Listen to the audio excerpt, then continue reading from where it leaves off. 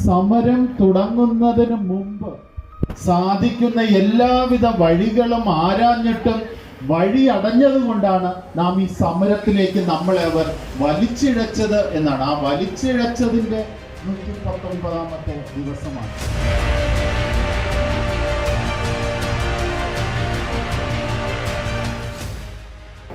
ഒരുപക്ഷെ ഒരു വിധത്തിലുള്ള ഉളുപ്പുമില്ലാതെ ഈ പത്രമാധ്യമങ്ങളുടെ മുമ്പിൽ ഇരുന്നുകൊണ്ട് ഉത്തരവാദിത്തപ്പെട്ടവർ ഉത്തരവാദിത്ത കസേരയിലിരുന്ന് പച്ചക്കള്ളം പറയുമ്പോൾ നാം മനസ്സിലാക്കണം എന്തുമാത്രം നമ്മളെ അവർ അവഹേളിക്കുന്നുവെന്ന്, പൊതുജനങ്ങളെ തെറ്റിദ്ധരിപ്പിക്കുന്നുവെന്ന്.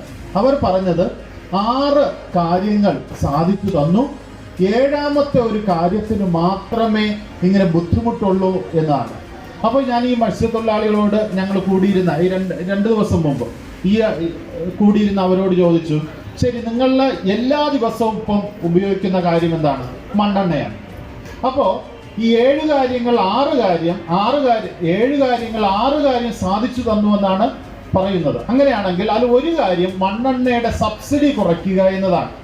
അപ്പോൾ ചോദിച്ചു, നിങ്ങൾ ഇന്നലെയും ഇന്നും പണിക്ക് പോകുന്നത്, നിങ്ങളുടെ മണ്ണെണ്ണ വില കുറഞ്ഞോ? മണ്ണെണ്ണ വില കുറഞ്ഞോ എന്നല്ല പ്രിയ സഹോദരരെ, ഈ സമരം തുടങ്ങിയിട്ട് 119 ദിവസം ആകുമ്പോൾ സമരം തുടങ്ങിയ ആ ദിവസത്തിൽ നിന്ന് ഇന്നേക്കാകുമ്പോൾ തുടങ്ങിയ ദിവസത്തിൽ നിന്ന് 27 രൂപ വർദ്ധിച്ചിരിക്കുകയാണ്. 27 രൂപ വർദ്ധിച്ചിരിക്കുകയാണ്. ഈ സ്കൂളിൽ നമ്മൾ പഠിക്കുന്ന ഒരു കാര്യമാണ്, എന്താണ്? പെട്രോളിയത്തിൽ നിന്ന് പെട്രോള് പ്രോസസ് ചെയ്യുമ്പോൾ കിട്ടുന്ന വേസ്റ്റ് ആണ് മണ്ണെണ്ണ എന്നത്. പെട്രോളിന് എത്ര വിലയാണ്? ഡീസലിന് എത്ര വിലയാണ്? അന്നൊന്നുള്ള ആഹാരത്തിന് വേണ്ട ഇന്ധനമായ മണ്ണെണ്ണയ്ക്ക് ഇന്ന് എത്ര വിലയാണ്? രണ്ടാമത്, നമുക്ക് ഈ കാർഡുണ്ട്, എല്ലാവർക്കും കാർഡുണ്ട്. കാർഡ് അനുസരിച്ചുള്ള മണ്ണെണ്ണ നൽകാതെ മാസങ്ങളായി. കാര്യം വെള്ള മണ്ണെണ്ണയുണ്ട്, നീല മണ്ണെണ്ണയുണ്ട്. കാർഡ് അനുസരിച്ച് റേഷൻ പോലെ തരേണ്ട മണ്ണെണ്ണ പോലും ഈ നാളിൽ കിട്ടാതെ നാളുകളായി.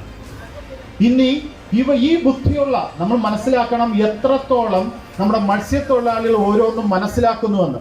അവൻ പറയാം, മീറ്റിങ്ങിൽ ഒരു മത്സ്യത്തൊഴിലാളി പറഞ്ഞു, അച്ഛ, ഈ മണ്ണെണ്ണ വില കൂട്ടുന്നത് എന്തിനാണെന്ന് അച്ഛന് മനസ്സിലായോ?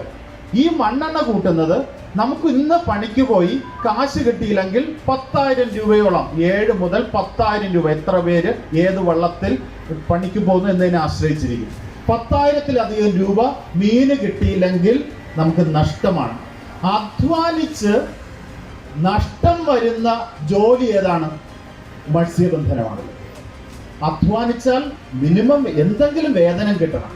അധ്വാനിക്കാൻ പോയി, ഈ സാധാരണയുള്ള അധ്വാനമൊന്നും അല്ലല്ലോ, ഈ കടലിനെ, പ്രക്ഷുബ്ധമായ ഈ കടലിനെ ഭേദിച്ച് ജീവനും ശ്വാസവും പണയം വെച്ച് പോകുന്ന ഈ ജോലിയിൽ ഒരു ദിവസം പോയി കാശ് കിട്ടിയില്ലെങ്കിൽ, മീന് കിട്ടിയില്ലെങ്കിൽ നഷ്ടം 10,000-10,000 രൂപയാണ്. അതിനുശേഷമോ ഒരാഴ്ചയായിട്ട് മീന് കിട്ടിയില്ലെങ്കിൽ നോക്ക്, 1.5 ലക്ഷം രൂപ ഒരു ആഴ്ചക്ക് മത്സ്യത്തൊഴിലാളി കടം കയറുകയാണ്. ഇനി ഈ കടം കയറുന്നത് മാത്രമല്ല, ഈ കടം കയറുന്ന പ്രധാന കാരണം എന്ത്? ഇതിലെ ഏക സാധനമായ മണ്ണെണ്ണയുടെ ആ വിലക്കയറ്റം കൊണ്ടാണ് ഈ തുക മുഴുവനും നഷ്ടം വരുന്നത്. ഇനി ഇതിലൂടെ സംഭവിക്കുന്ന എന്ത്? അച്ഛൻ കരുതുന്നുണ്ടോ? കാര്യം ഡീസലിന് ഈ വിലയില്ല, പെട്രോളിന് ഈ വിലയില്ല. തമിഴ്നാട് 25 രൂപയ്ക്കാണ് മത്സ്യത്തൊഴിലാളികൾക്ക് കൊടുക്കുമ്പോൾ ഇവിടെ 135-140 രൂപയ്ക്ക് മണ്ണെണ്ണ കൊടുക്കുന്നു. കാരണം ഈ പോർട്ട് വരാനും നമ്മളെ ഇവിടുന്ന് തുരത്താനും വേണ്ടിയുള്ള ഏറ്റവും നല്ല വഴിയായി കണ്ടെത്തിയിരിക്കുന്നത് മണ്ണെണ്ണയുടെ വില കൂട്ടുക. കാര്യം മണ്ണെണ്ണയുടെ വില കൂട്ടി വന്നാൽ മത്സ്യത്തൊഴിലാളികൾക്ക് കടലിലേ പോകാൻ പറ്റാതെയാകും. വലിയ തന്ത്രമായിട്ടാണ് അവർ നമ്മളെ ചെയ്യുന്നത്. ഇത് എൻ്റെ വാക്കല്ല നോക്കണം, ഒരു മത്സ്യത്തൊഴിലാളിയുടെ വാക്കാണ് എന്ന് നാം മനസ്സിലാക്കണം.